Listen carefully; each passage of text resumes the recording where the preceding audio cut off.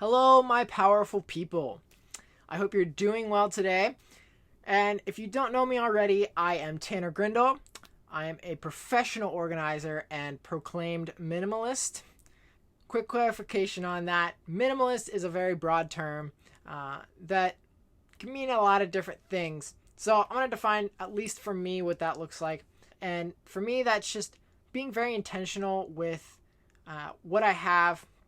And that doesn't mean just stuff. That means my time, my efforts, and my capacity to think, and being more intentional with what I'm doing.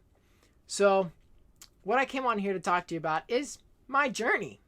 So I want to talk to you about where this kind of love and desire for organization and minimalism and just that intentionality came from.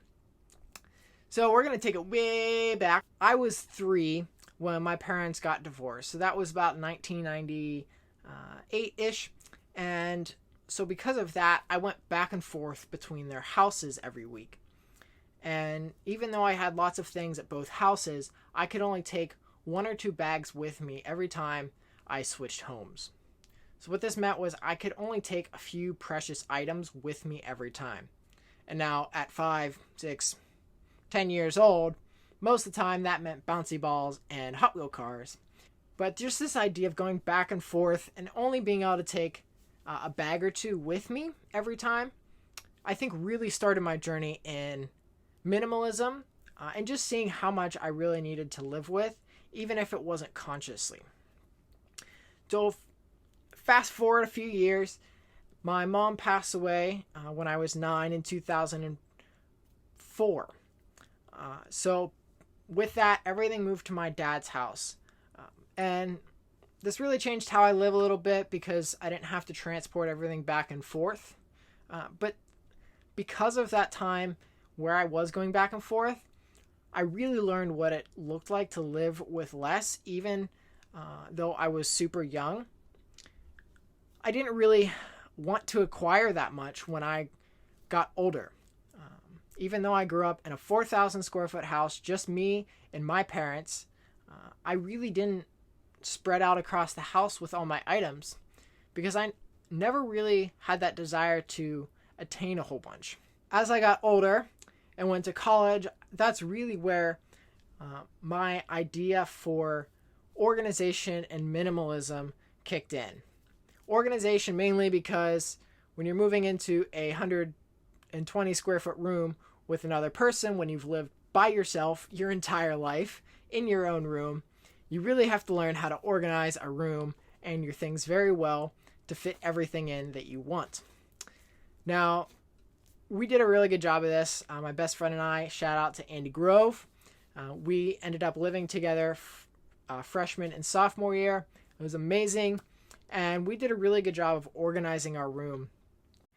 And over the course of time, as we refined our room, reorganized it, added some new pieces of furniture, and people started seeing our room that was super organized, had a lot of stuff in it, and looked really good, I helped a lot of people that said they wanted the same sort of thing in their room.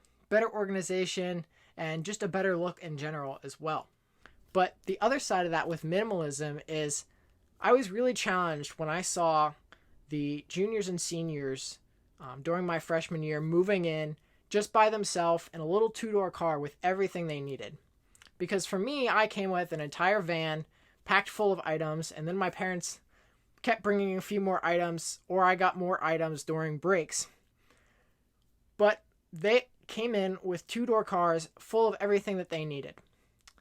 Now this really started making my wheels turn on how much do we actually need to live. And now some of them, they were a lot more minimalist and extreme minimalists than I think I want to be.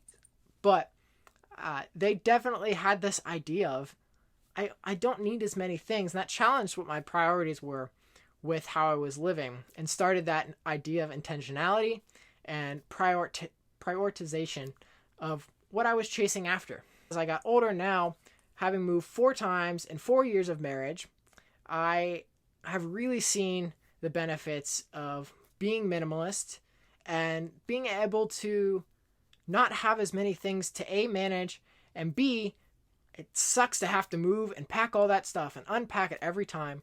So having those few items really gives me the freedom to move and go wherever I want, whenever I want, because it's not a hassle. It takes me probably about a day, maybe 2 days, to really pack up everything that I would need.